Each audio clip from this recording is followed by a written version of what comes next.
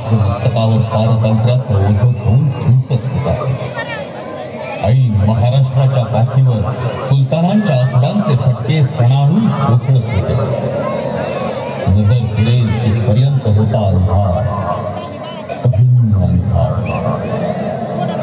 या अंधाराला ठोकरी आदि माया भवानी, सकल सौभाग्य संपन्न वज्रचूडे मंडित जिजाऊ साहेबांच्या रूपानं शहाजी राजे भोसल्यांच्या घराचं माप ओलांडलं आणि जिजाऊ साहेबांच्या पोटी किल्ले शिवनेरीवर स्वराज्य सूर्याचा जन्म झाला. या स्वराज्य सूर्याच्या तेजानं सुलतानी शाह्या अक्षरशः होरपळून निघाल्या.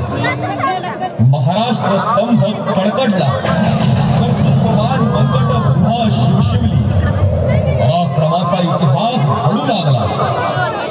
या स्वराज्य सूर्याचं कौतिक लिहिण्यासाठी लेखण्या व्यास वाल्मिकींच्या प्रतिभेनं झरझरू लागल्या आणि शाहिरांच्या डफावर रिंगण धरून सजू लागलं महाराष्ट्र रसातलं स्वराज्य सूर्याचं महाकाव्य.